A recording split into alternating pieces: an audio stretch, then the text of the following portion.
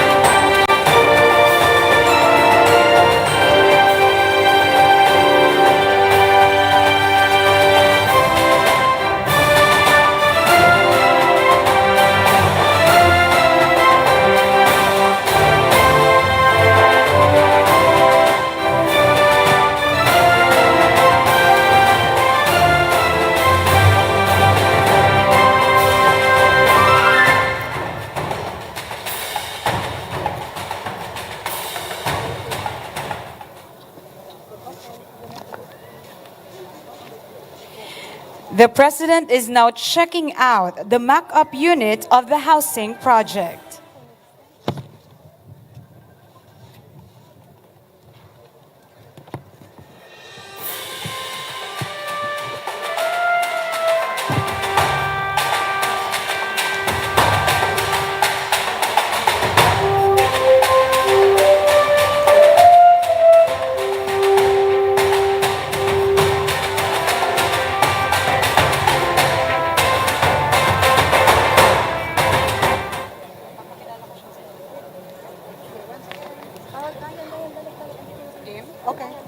Once again, ladies and gentlemen, the President of the Republic of the Philippines, His Excellency Ferdinand R.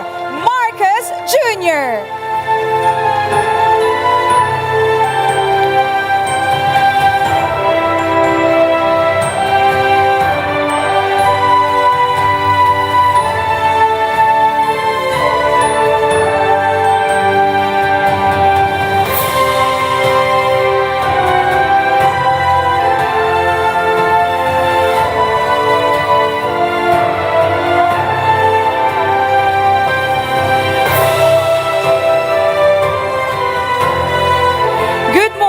And welcome to the groundbreaking of Camarines Sur's Pambansang Pabahay para sa Pilipino Housing or 4PH project. The President shall be assisted by DSUD Secretary Jose Rizalino Acuzar, Governor Vincenzo Renato Luigi Villafuerte, Congressman El Rey Villafuerte, and Congressman Migs Villafuerte.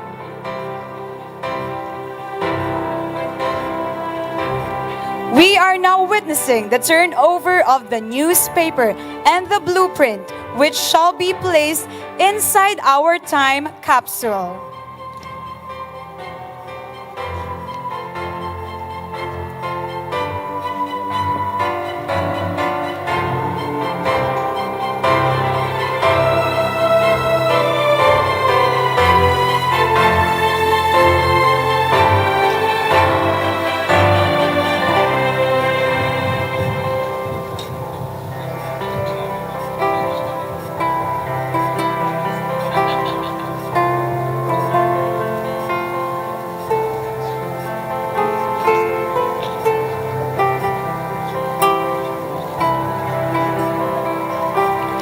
Now the coins are being turned over as well.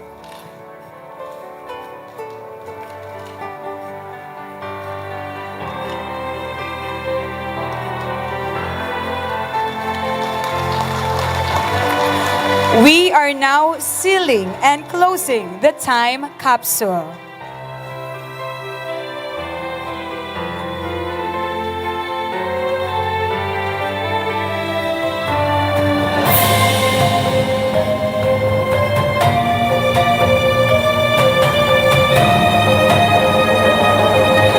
We are now witnessing the lowering of the time capsule.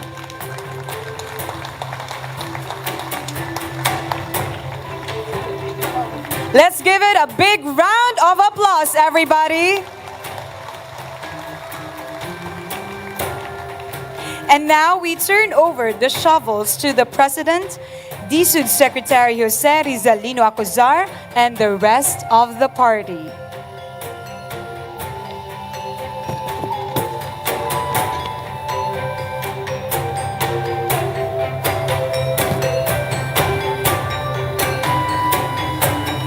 They are now to cover up the capsule.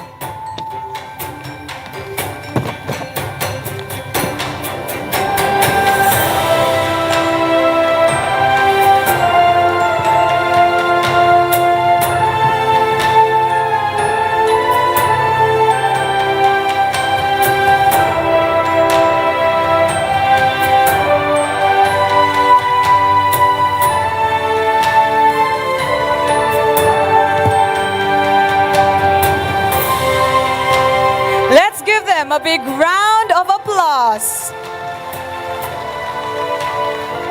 May we now request the President and the party to kindly remove their hard hats and return the shovel. Thank you, Mr. President. At this point, may we now request the President and the rest of the party to proceed on stage for the program proper.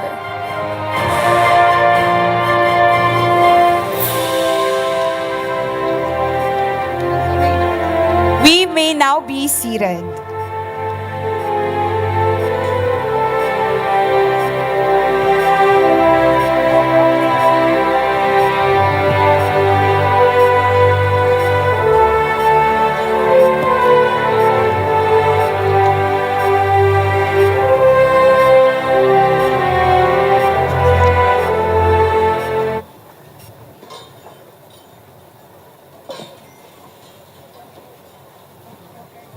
To formally begin our program, may we call on Camarines Sur Governor Vincenzo Renato Luigi Villafuerte to deliver his welcome remarks.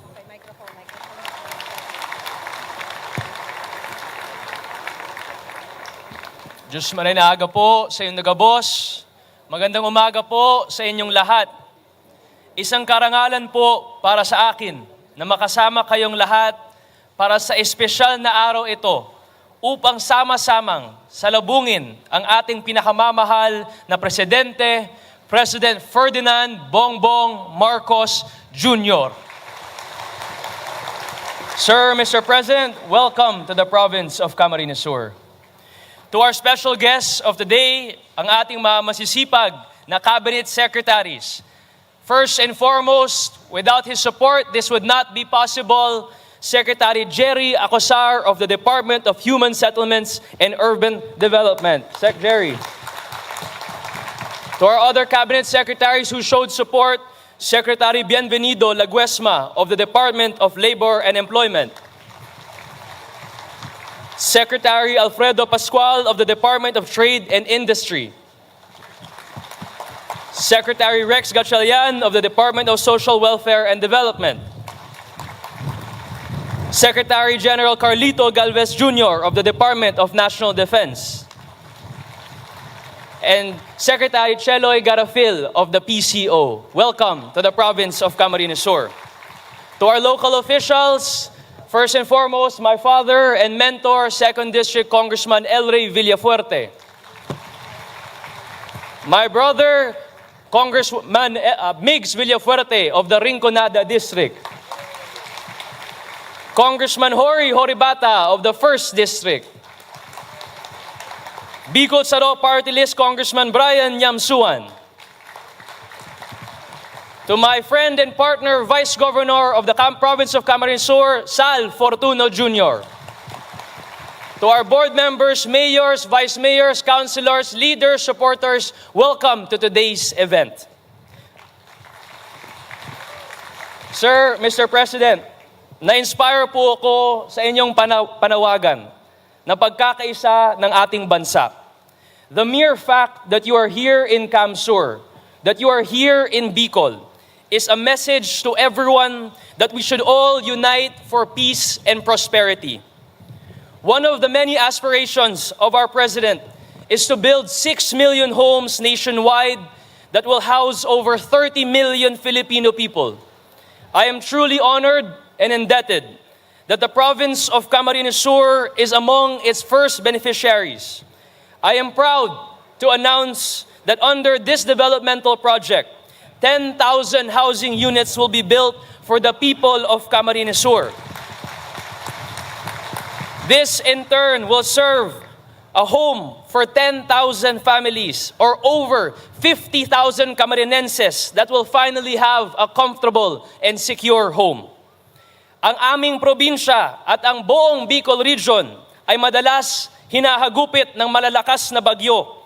Kaya naman, malaking tulong para sa mga Bicolano ang magkaroon ng ligtas, matibay at komportableng tahanan. Ang 10,000 bahay na ito ang magpapabago at magpapaganda sa buhay ng mahigit 50,000 Camarinenses. Hindi lamang natin mapapabuti ang pang-araw-araw na buhay ng bawat mamamayang Pilipino, mabibigyan din natin sila ng bagong pag-asa. Kagaya ng sinabi ng ating mahal na Pangulo, ang bagong bahay na ito ay paalala na may maliwanag na umagang laging nag-aantay sa inyo. Camsur, the Bicol region, will definitely have a brighter future because of this project. Mr. President, on behalf of the people of Camsur, thank you for giving us hope. Thank you for uplifting the lives of the people of Camarines Sur. In regards to the Dishood project, alam niyo po ba, nung nag-propose po kami ng housing project dito sa Camsur, sobrang bilis po ng aksyon ng ating masipag na sekretary ng Dishood. Above and beyond ang kanyang serbisyo, dahil kahit araw ng linggo, nagpirmahan po kami ni Secretary Jerry. Kaya saludo po ako sa inyo, Sec Jerry. Ang lupa pong ito ay dating talahiban, maputik, mababaw at maraming tubig.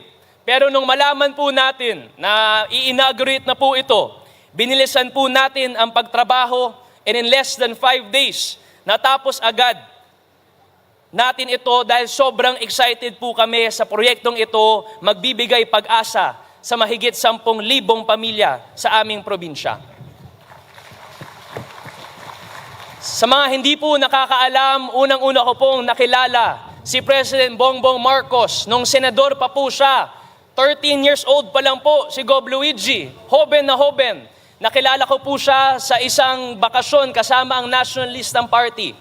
Ang nagtanim sa aking isip, senador po siya noon, pero sobrang bait po niya, sobrang humilde po siya. Fast forward, March 2021, months before the filing of candidacy of President Bongbong Marcos, in-invite po ako ng kanyang anak na si Sandro sa kanilang bahay sa Ilocos Norte para sa kanyang birthday. Ganun pa rin po si President Bongbong Marcos, humilde, mabuot, in-invite po ako sa kanyang bahay. Kaya talaga nakakasobrang taba ng puso na out of the 81 provinces, pinili po ni President Bongbong Marcos pumunta sa ating probinsya.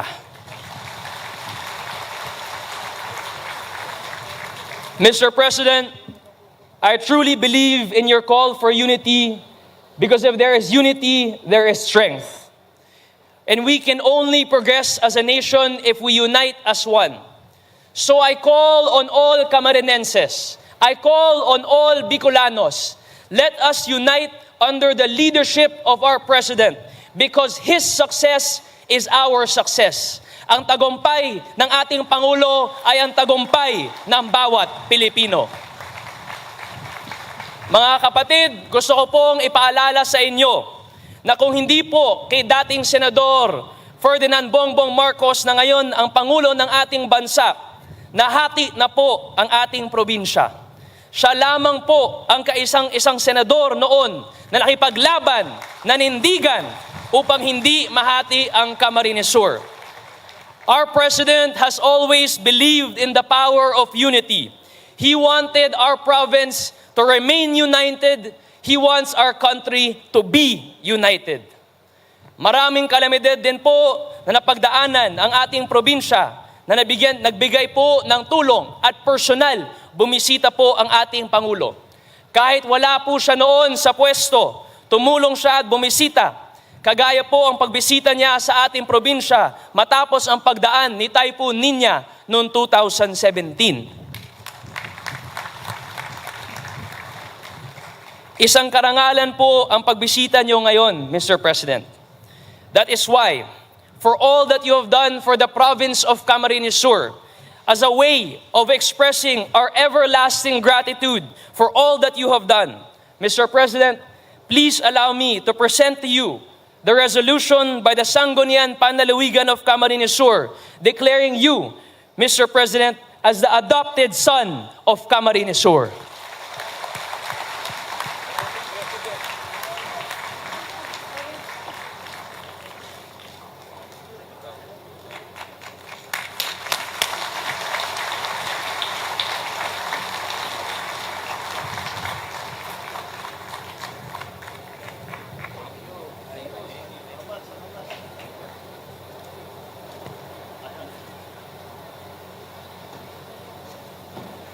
That is why it is a great honor and pleasure to me to present to you our President of the Republic of the Philippines, Ferdinand R. Marcos Jr. Mabuhay ang ating Pangulo! Mabuhay ang Camarines Sur! Mabuhay ang Pilipinas! Diyos mabalos po sa Indogabos!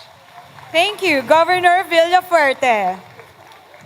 And now, may we request everyone to direct your attention on screen for a short audio-visual presentation.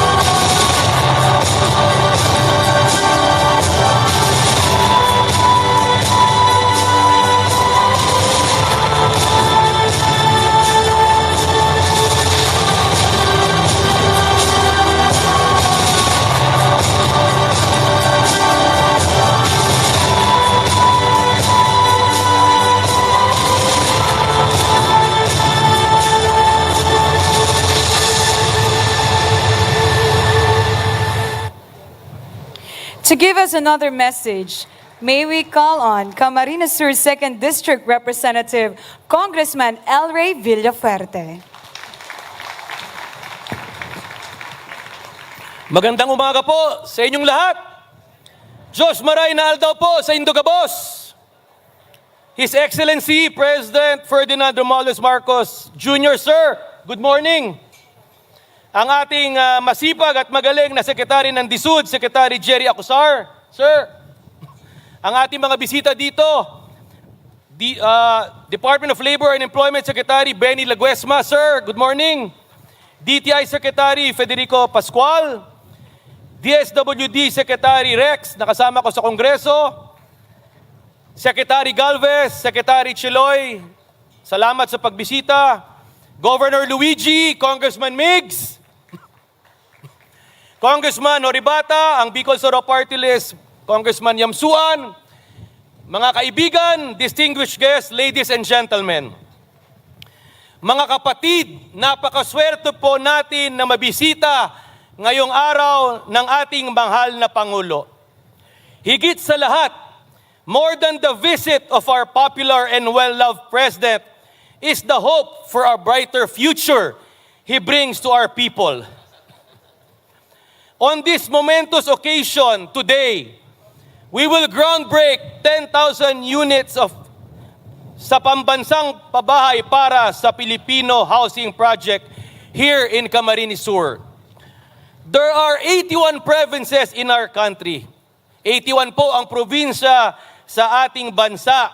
Pero pinili po ng mahal na Pangulo, bisitahin po ang ating probinsya ngayon na araw. Ito po ang pinakaunang probinsya na magpipirma ng Memorandum of Agreement under the Pabahay Program of our President. Palapakan po natin ang ating mahal na Pangulo. Konting kwento lang po. A few weeks ago, nagpirmahan po tayo ng MOU kay Secretary Jerry.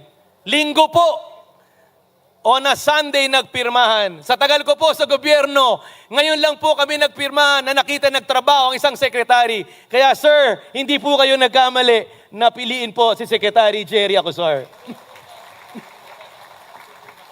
Totoo po yan, hindi yan sip-sip. Pagkatapos po ng pirmahan, a few weeks after, nag-groundbreaking na po tayo ngayon. At kahapon nag-uusap po kami, sir, gusto namin bago po mag-SONA, may nakatayo na po ng ilang floor, kahit isang floor, dalawang floor lang, para mapakita nyo po. Ganon po kami kasaya sa inyong programa, sir. Maraming salamat po. This project will be the tallest building in the Bicol region, 25 stories. Currently may 20 stories, ayun po. Pero lalampasan na po natin yan dahil sa programa ng ating mahal na Pangulo. This is the first province na groundbreak ng ganitong programa. And according to the SUD, this launching and groundbreaking will be the biggest to date with over 3,000 people witnessing this occasion. Kaya Mr. President, ulit, maraming salamat po sa inyo. This Pabahay program will not only provide a home to our people, this project will spur economic activity and growth in Camarines Sur and the Bicol region. This 10,000 unit housing project will easily bring to the local economy 6 to 8 billion pesos. More than the 10,000 families or 50,000 individuals that will have a home, more than 6 to 8 billion pesos will go around the local economy. And more importantly, this will generate thousands of jobs. While I was talking to Secretary Jerry yesterday, yung target po niya na 6 million homes plus the 9 trillion pesos infrastructure program under the Build Better More of our President, we would be needing hundreds of thousands of skilled laborers such as carpenters, plumbers, painters, welders, and more. Kaya Mr. President, our goal in support of your program is for Camarines Sur to train skilled workers in partnership with the national government. Kami na po dito sa Camarines Sur ang magte-train ng libo-libong tao to supply the skilled labor requirements of Metro Manila and even Luzon to help realize your Build Better More infrastructure program. Mr. President, today's events are the latest proof that true to your promise during the 2022 presidential campaign and your first SONA last July that you have started to deliver your commitment to pursue national unity and improve the lives of our people. Mga kasama, our President's choice to visit and give priority to the home province of one of the presidential contenders in last year's balloting is proof of his desire to achieve national healing and unity on his watch. Ilang dekada na po tayo nag-aaway-away, political discord, political divisiveness that have hurt our country's growth and development. Tama na po yan, magkaisa na po tayo. Tama po ang sinabi ni Governor Luigi, His success is our success. Ang kanyang tagumpay ay tagumpay ng bawat Pilipino. Our President wants our families united, our province, region, and country united. It's because if you're all united, nothing is impossible. Malinaw na ang panawagan ng ating Pangulo na magkaisa tayong lahat ay kita at ramdam, hindi lang sa isip, hindi lang sa salita, pero malinaw sa kanyang mga aksyon at gawa. Mr. President, sir, before I end, we would like to express our gratitude and heartfelt thanks to you po. When you were a senator and chairman of the local government committee in the Senate, ikaw lang po ang pinakamalakas na kasangga namin para hindi mahati ang aming mahal na probinsya. You stood your ground and fought for your strong belief and principles not to divide our people, not to divide our province, despite all the pressures thrown at you. We will never forget the love and support you have given our province. We thank you for visiting us today. We thank you for making this occasion the first provincial launch of your Pabahay program. We thank you for opening the first kadiwa ng Pangulo in Bicol here in Pili. We thank you and the Department of Agriculture support in the construction of the fully integrated cocoa processing facility which you will inaugurate this afternoon. We thank you for continuing the Kamsur Expressway and the Pasacao-Balatan Highway under the NEDA's infrastructure program. We thank you for the Tupad program of DOLE. We thank you for the AIX medical assistance and many more. We thank you for your continued assistance to us during calamities in the past. And we thank you in advance for your other programs moving forward. Kaya mga kasama, pakiusap ko po, magtayuan tayong lahat. Itaas natin ang dalawang kamay kung pwede pa. Magpalakpakan tayo at ipakita natin sa mahal na Pangulo ang ating pagmamahal at pagpasasalamat sa Kanya. Lakasan naman natin ang palakpak. Maraming salamat. Diyos mabalos. God bless our country. God bless our President. God bless everyone. Salamat po. Thank you, Congressman El Rey Villafuerte. At this juncture, may we call on DSUD Secretary Jose Rizalino Acuzar to introduce our keynote speaker.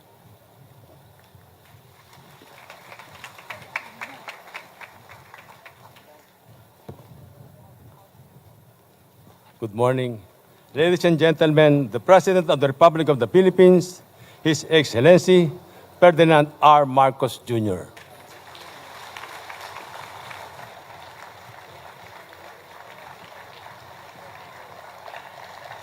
Thank you.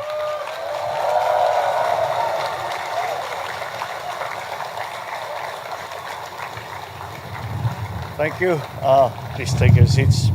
Maraming salamat sa ating Housing and Urban Development Secretary Jerry Acuzar at ang ating Father of the Province of Kamsur. Nagulat ako sa sarili ko na sinabi kitang father dahil noong una kitang nakilala, batang-bata ka pa eh. Now you are the father of your province. Congratulations with that. Ang ating second district representative, Luis Raymond Villafuerte, and Camarines Sur 5th District Representative Miguel Luis Villafuerte, members of the cabinet who are here this morning, my fellow workers in government, beneficiaries of the Camarines Sur's Pambansang Pabahay para sa Pilipino Housing Project, ang mga minamahal kong kababayan, marhay na aldaw po sa Indugabos.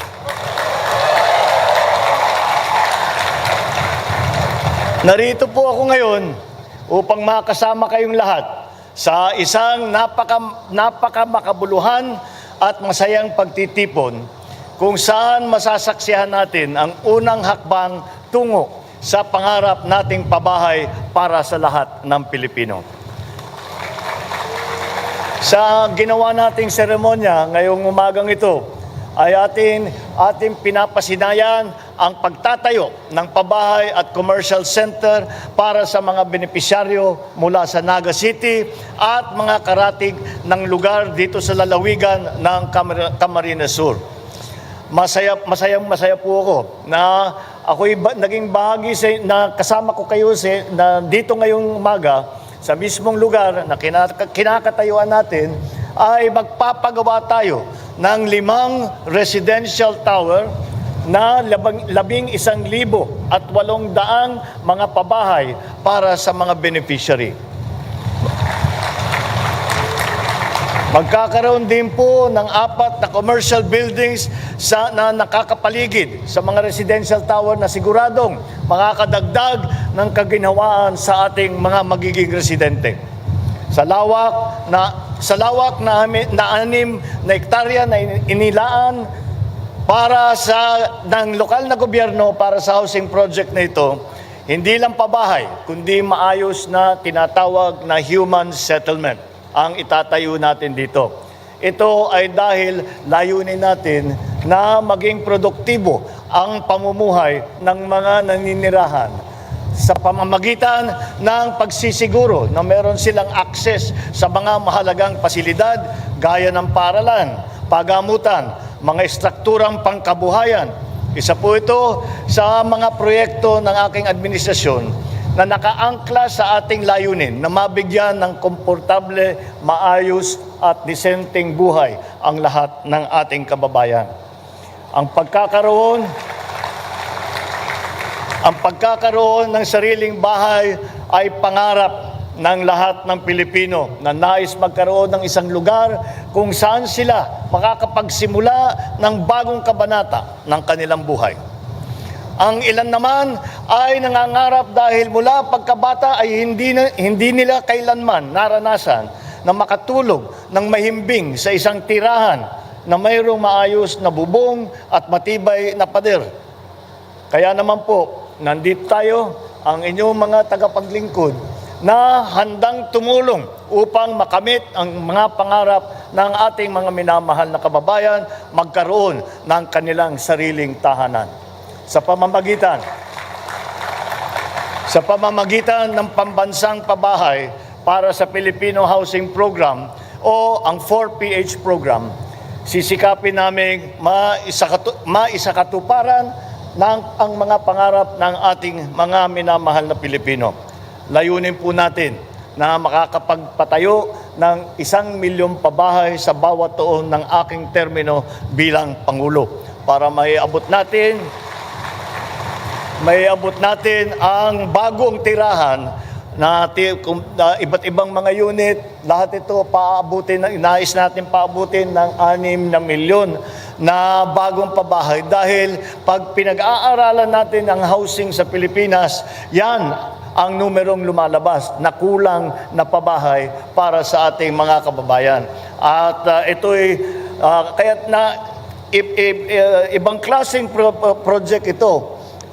Masasabi ninyo na infrastructure project dahil meron tayong tinatayo.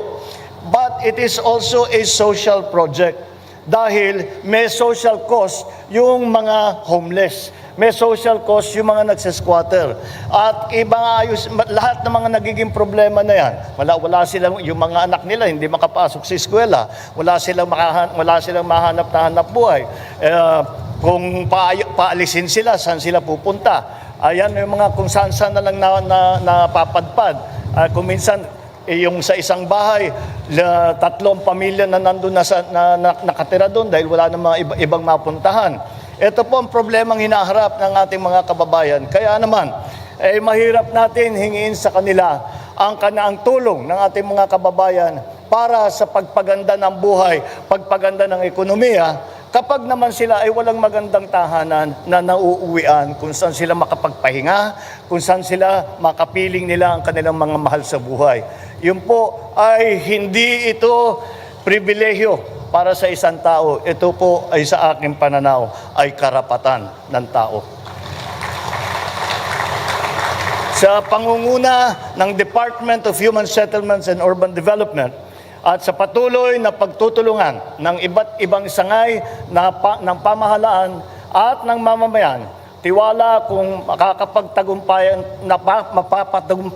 natin itong project na ito. Alam niyo po, ang lead agency dito ay ang Department of Human Settlements and Urban Development. Unang-una, ipapaliwanag ko bakit hindi Department of Housing.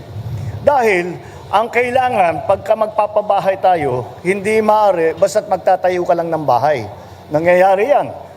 Magtatayo ang gobyerno ng bahay, walang patubig, walang kuryente, walang kalsada masyado, walang malapit na eskwelahan para sa mga bata, walang simbahan, walang palengke, hindi dumadaan, hindi pumapasada yung jeep at saka yung tricycle doon. Kaya hindi po pwede na basta't magtatayo ka lang ng bahay. We have to put up human settlements. Kaya kung nakita niyo po ang plano na ginagawa natin para dito sa 4-piece project, ay laging hindi lamang pabahay, kung hindi lahat na ng mga fasilidad na ating nabanggit tungkol nga, kagaya nga, kailangan hindi masyadong malayo ang pupuntahan. Dito, maganda itong location ninyo rito dahil gitnang-gitna ng lungsod. Kaya hindi magiging mahirap ang papunta sa trabaho, hindi magiging mahirap ang pagpunta sa eskwela, hindi magiging mahirap ang pagpunta sa palengke para mamili ng pagkain. Hindi masyadong mahirap para may pupuntahan pagka weekend, meron naman silang libangan o meron pang swimming pool. Yun ang talagang ating secretary, si Secretary Jerry, pang Forbes Park na itong ginagawa niya na design.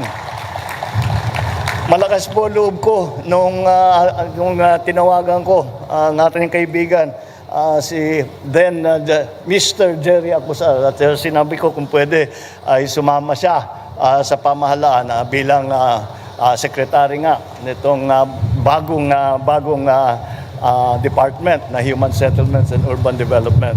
Dahil po nakita ko yung sa kanyang pribadong negosyo ay talagang napaka-successful ang kanyang ginawa. At nagulat ako nung nag-uusap kami na sabi niya sa akin, nagtrabaho pala siya sa ilalim ng aking ina nung siya ay Minister of Human Settlements nung panahon ng aking ama. Kaya't naiintindihan niya yung aming konsepto para sa pabahay, para sa ating mga mamamayan. Kaya't mabilis kami nagkaintindihan. At ako'y papalad naman ako na meron akong magaling na naging secretary. At isa pang bagay, hindi ko siya kailangan ialala dahil mas mayaman pa sa gobyerno ito eh. Isa po itong 4PH project sa mga pinapahiroidad ng ating administrasyon dahil alam ko po ang bigat na pinapasan ng ating mga kababayang walang bahay, mga nawalan ng bahay, o di kaya ay naninirahan sa mga delikadong lugar. Dinisenyo ang programang ito para sa mga minimum wage earners, ang ating mga informal settlers, yung mga na-displaced mula sa danger zone, yung mga na-displaced dahil sa bagyo, at sa mga kababayan natin naghahangad na dekalidad at komportableng bahay na siguradong abot kaya ng buwanang hulog at bayad. Nais kong ipaalam sa lahat na ang partikular na proyektong ito ay naging posible dahil sa pagtutulungan ng DHSUD at ang LGU ng Camarines Sur. Di po namin magagawa itong pabahay na ito kung hindi maganda ang koordinasyon sa national government at saka sa local government. Kaya po magiging matagumpay po ito dahil sabay-sabay po natin at may sinusundan tayong magandang plano. Lahat ng ating kakayahan ay nilalagay natin dito sa proyektong ito.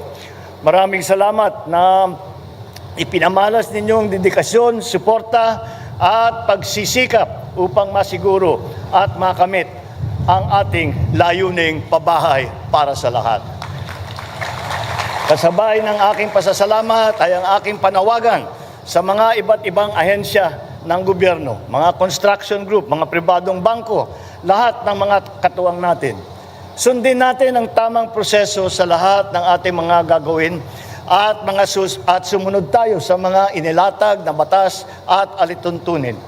Gawin natin ang lahat ng nararapat ng may buong katapatan at pagmamahal sa bayan. Ang tagumpay ng anumang programa ng gobyerno ay nakasalalay sa pagkakaisa natin upang mabigyan ng epektibong solusyon ang mga issue at problema na kailangan ng malawakang kooperasyon ng bawat isa. Kaya naman po ay pagsumikapan natin lahat na makamit ang ating pangarap na 6 na milyong pabahay para sa ating kababayan. Gawin po natin ang lahat ng ating makakaya upang magkaroon ng katuparan at hindi manatiling pangarap lamang ito. Para po sa ating mga benepisyaryong kasama natin ngayong araw, kasama niyo po kami sa pagtatayo ng mga bahay na inyong matatawag na sariling ninyong pag-aari, kanlungan at tahanan. Ako po ay nasasabik sa magandang resulta ng proyektong ito. Habang tayo ay umaabante tungo sa kaunlaran, sisikapin po natin na sama-sama tayong babangon at makakaahon mula sa pagsusubok at kahirapan. Sama-sama natin buuin at tuparin ang ating mga pangarap para sa ating bansa. Diyos mabalos sa Sendo Gabos. Thank you, Mr. President. At this point, may we request the President to kindly grant us a photo opportunity. May we call on stage Camarines Sur provincial officials. District officials and officials from different agencies, please prepare.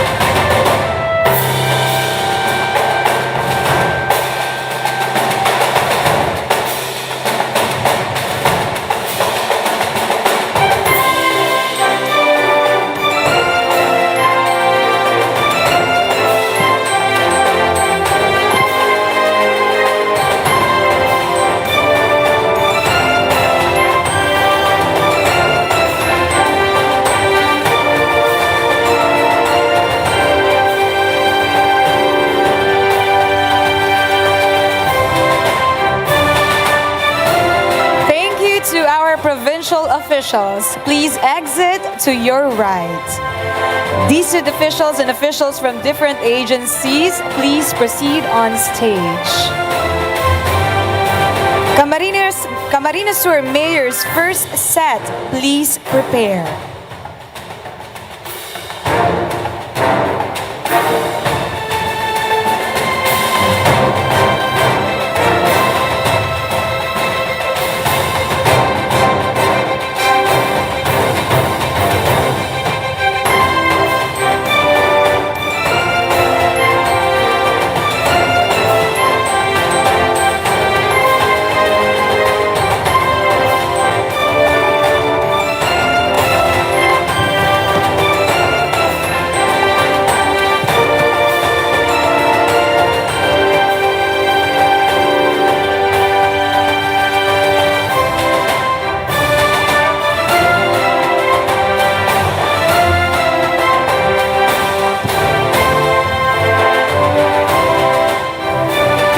District officials and officials from different agencies, please exit to your right. Now may we call the first set of Camarines Sur mayors.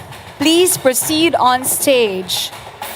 Camarines Sur Mayor's second set, please prepare.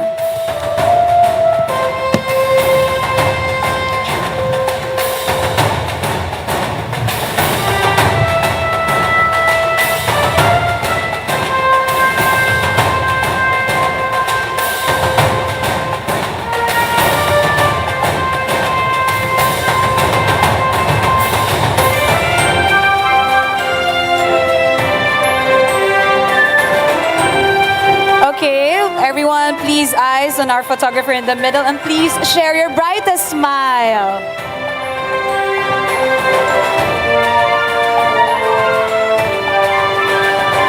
Thank you, mayors. You may exit to your right. May we call on our second set of Camarines Sur mayors. Please proceed on stage. Business sector representatives, please prepare.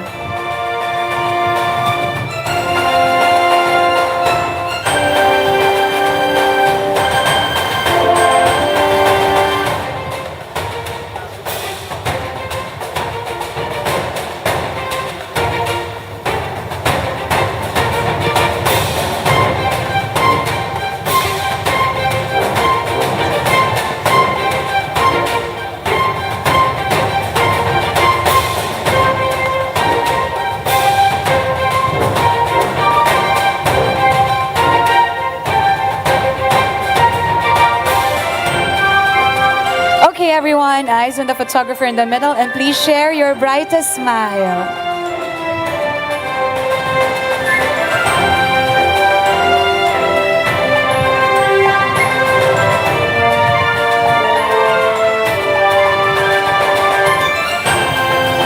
Thank you, mayors. Please exit to your right. To our business sector representatives, please proceed on stage. To our beneficiaries, please prepare.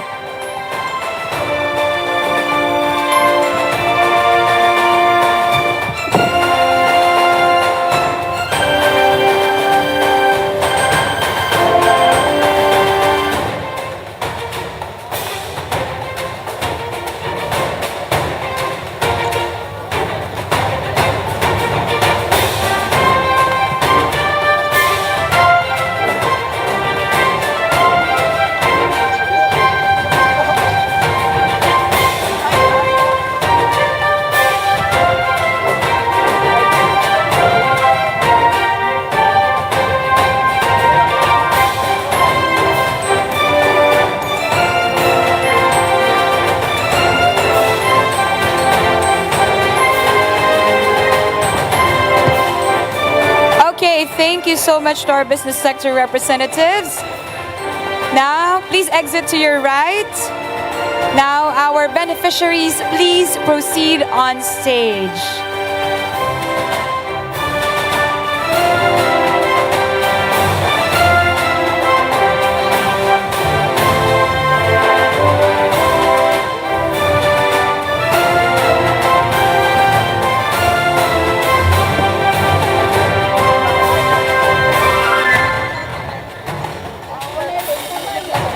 May we call on the national and regional directors to please prepare.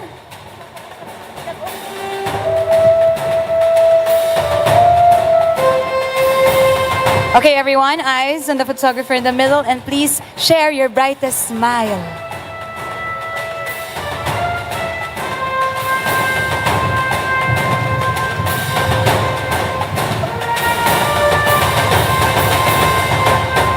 Okay, thank you to our beneficiaries. Please exit to your right, and congratulations po sa inyo. Now, may we call on our national and regional directors to please proceed on stage.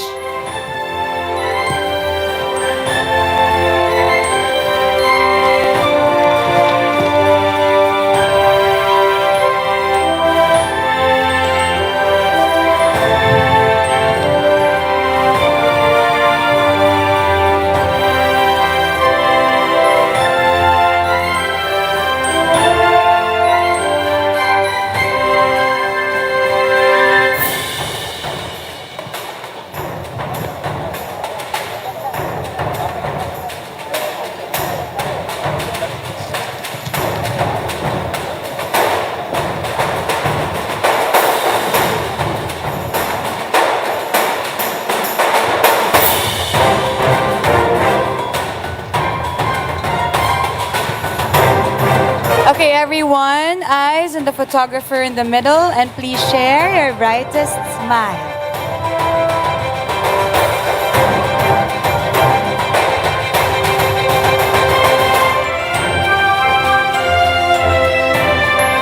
Okay, thank you so much much to our national and regional directors. You may please exit to your right.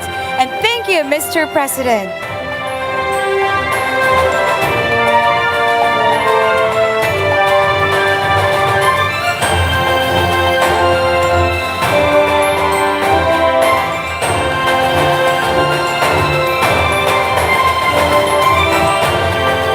And that concludes our program. Thank you, Mr. President, for leading the groundbreaking of the Camarines Sur's Pambansang Pabahay para sa Pilipino Housing 4PH Project. Maraming salamat, mahal na Pangulo, sa mga nakamtang tagumpay at mga benepisyo ng ating bayan. Once again, ladies and gentlemen, His Excellency, President Ferdinand R. Marcos Jr.